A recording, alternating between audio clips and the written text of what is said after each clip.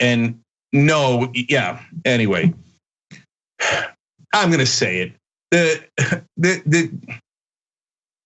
The force the vote people. They're like, oh, now you agree with forcing a vote. Yeah, dumb on a $15 minimum wage where you could actually win. It's right around the corner if you fight now instead of, oh, Medicare for all. No one in Congress has, Biden says it's a hard no. No one's even gonna introduce it. And we're gonna pick a random dumbass thing where we're doing a ceremonial vote on Pelosi. And we're gonna say, hey, why don't you push all your chips in on the dumbest vote possible, which will have no effect at all, right?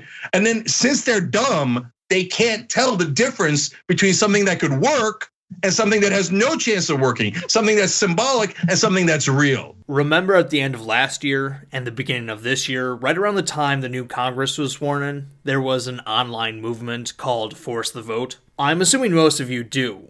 It was a pretty big deal in YouTube politics, and there was plenty of drama. Even I made a video about it at the time. But just in case you've forgotten, allow me to do a very quick recap of what went down. Hashtag Force the Vote was an online movement led by Jimmy Dore, which a number of other leftists hopped onto. The idea was that, since the Democrats' majority in the House was razor thin, the Justice Democrats and other progressives in the House could refuse to vote for Nancy Pelosi for Speaker unless she agreed to grant a floor vote on Pramila Jayapal's Medicare for All bill. The mentality behind this was that, since Americans already support Medicare for All, as the polling supposedly shows, and since we're in the middle of a pandemic where many people have lost their jobs and the healthcare benefits they had along with it, and since the left would never have more leverage than they did at the time, this would be a great opportunity to put Medicare for All front and center. Jimmy genuinely thought that, under these circumstances, that if Medicare for All got a floor vote, it would pass.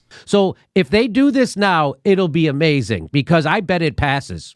I have this idea that politicians in the middle of a deadly pandemic where 19 million people are about to get kicked out of their house and it's 15 million people just lost their health care, that they're going to stand up and while they have health care, tell the rest of the country to go pound sand. That is going to be a spark moment for social unrest. If that happens, that will bring us Medicare for All and maybe a real revolution. I want to see that happen. I want to see elected Democrats get up and vote against giving people health care in the middle. They're not going to do it. It's going to pass if they bring it for a vote. Well, others were not nearly as optimistic, but still saw an upside. You know, I would like to think that you're right. I'm a little bit more bearish on that than you are. You know, I don't anticipate it. I'm not invested in this because I think it's going to pass. I think it does provide an opportunity, though, to really expose some folks for the next time around, because I think the backlash for the people who voted against it, if the media lead up to it is handled right, you know, if the protests and the movement organizing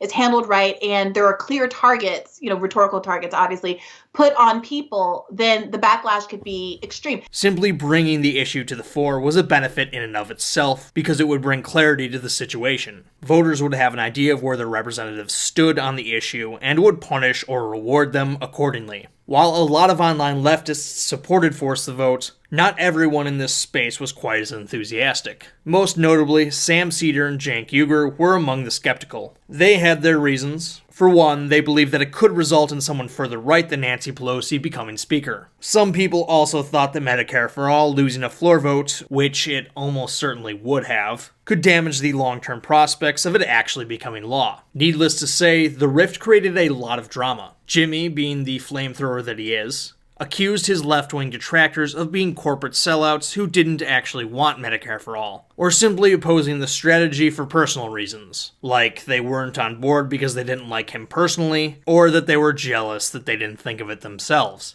So whoever tells you that this is a strategy disagreement is either unbelievably naive or covering for someone.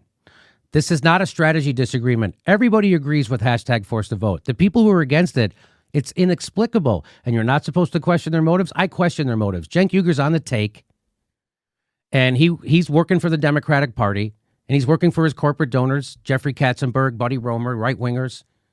He's against Julian Assange. He's a total corporate sellout. As someone who doesn't think Medicare for all would be a good policy, and who loathes pretty much all of the people involved in this fight, watching this circular firing squad was pure joy. But who had the better arguments? Well, at the beginning of the year, I made a video about how I think it's a poor strategy even if you like the policy. But I have very different ideas about how politics works than most progressives do. If you share the assumptions of the populist left, as most progressives do, then Jimmy Dore was in the right. As our friend Sean over at the channel Actual Justice Warrior argued, Jimmy Dore is very much the logical conclusion of Cenk Uygur's ideas. The best part about this is that Cenk Uygur has no possible way to respond to Jimmy Dore's arguments because all of Jimmy Dore's arguments are the exact things that Cenk Uygur said about politics and attacks other people with. This is why, in the context of the online left, Jimmy had the upper hand. The funny thing is, Cenk more or less conceded that Jimmy was right in terms of strategy, but on a different issue.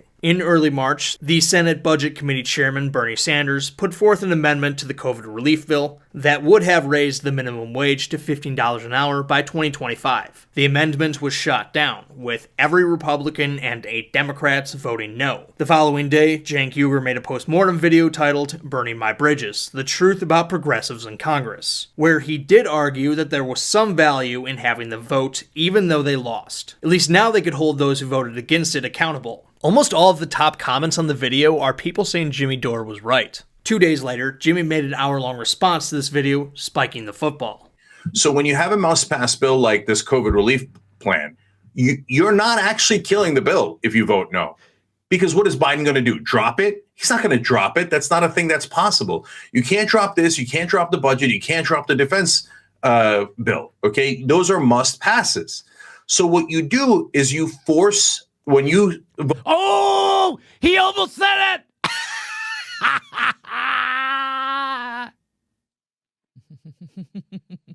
He almost said it. You forced.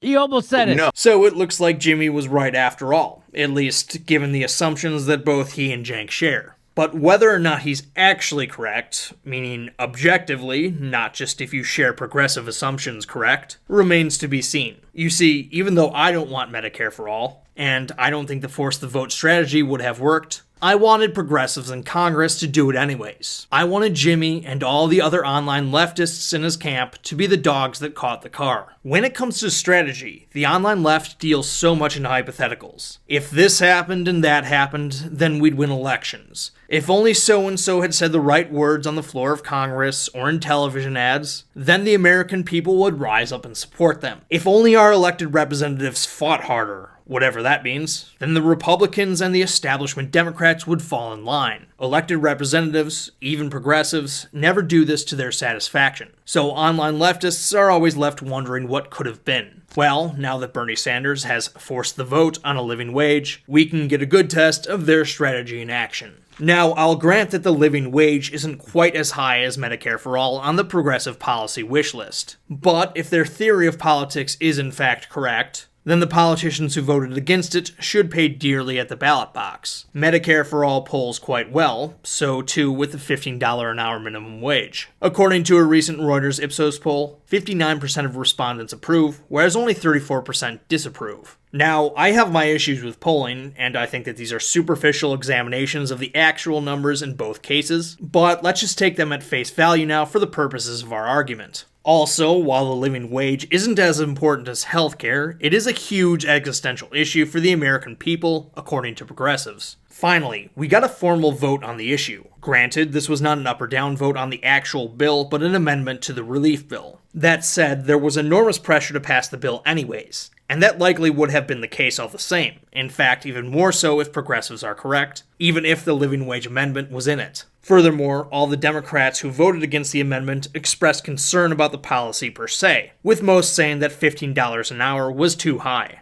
The one exception to that was Angus King of Maine, who I should note is not a Democrat but an independent who caucuses with the Democrats. According to Maine Public Radio, King said he supports raising the minimum wage to $15 an hour, though there's no direct quotation of him saying so. In terms of the merits of the policy itself, increasing the minimum wage to $15 an hour, like Medicare for all, is a no-brainer. I don't consider this issue a debatable issue. I really don't. and all the objections. It's just corporate propaganda. It is a super obvious solution to very real problems that presents next to no trade-offs. If politicians were actually voting based on the merits of the policy, everyone would say yes. The ones who do not are merely serving the Chamber of Commerce, who opposes the wage raise because they're evil and greedy. At least that's what the left tells me. So while the left didn't get the policy they wanted, they have these corrupt politicians right where they want them, publicly, on record, opposing an incredibly popular policy provision. They got the vote, and now they have their enemies list. So these 8 Democrats are our enemies. They're our enemies. Not your ally, they're your enemy. If they're against the big ticket items that define what it means to be on the left, well then who are we kidding? They are our enemies. Now it's just time to boot them out of office, which progressives have already pledged to do. And this leads me to a prediction. If the progressive theory of politics and the assumptions behind #ForceTheVote are correct, then these progressives should be able to knock off these corrupt corporate Democrats in primaries for their policy failures. Of the senators who voted against it, Maggie Hassan is up for re-election in 2022. John Tester, Tom Carper, Angus King, Joe Manchin, and Kristen Sinema are all up in 2024, while Jeanne Shaheen and Chris Coons will not face re-election until 2026. Should the theory behind Force the Vote be true, then these senators should be easy marks for primary campaigns, shouldn't they? If Jimmy Dore's strategy is the right one, won't these senators pay enormously at the ballot box? Well, I don't think so. I don't think that the public is nearly as supportive of progressive policies as the left thinks. I don't think that the public is nearly as engaged politically enough to mobilize around these or most other issues. And among those who do vote in most elections, they don't really think about issues when casting their ballots. I've talked about this all before, and I will talk about it again in the future. I've cited books and articles that I believe back me up, but nothing is as good as an actual test. And I think we have a decent one here. Progressives are planning on primarying these Democrats based on this vote and other issues. And I'm going to go on record by predicting that these challenges will fail miserably. Should these senators seek re-election, thus far only Maggie Hassan has declared, barring some sort of outrageous scandal, they will crush their left-wing primary challengers. It's already happened to 2 of these senators. The Justice Democrats ran unsuccessful primary campaigns against Joe Manchin and Tom Carper in 2018. And if, by some miracle, these senators are successfully primaried from the left, I believe the progressive in the race will then go on to lose to the Republican.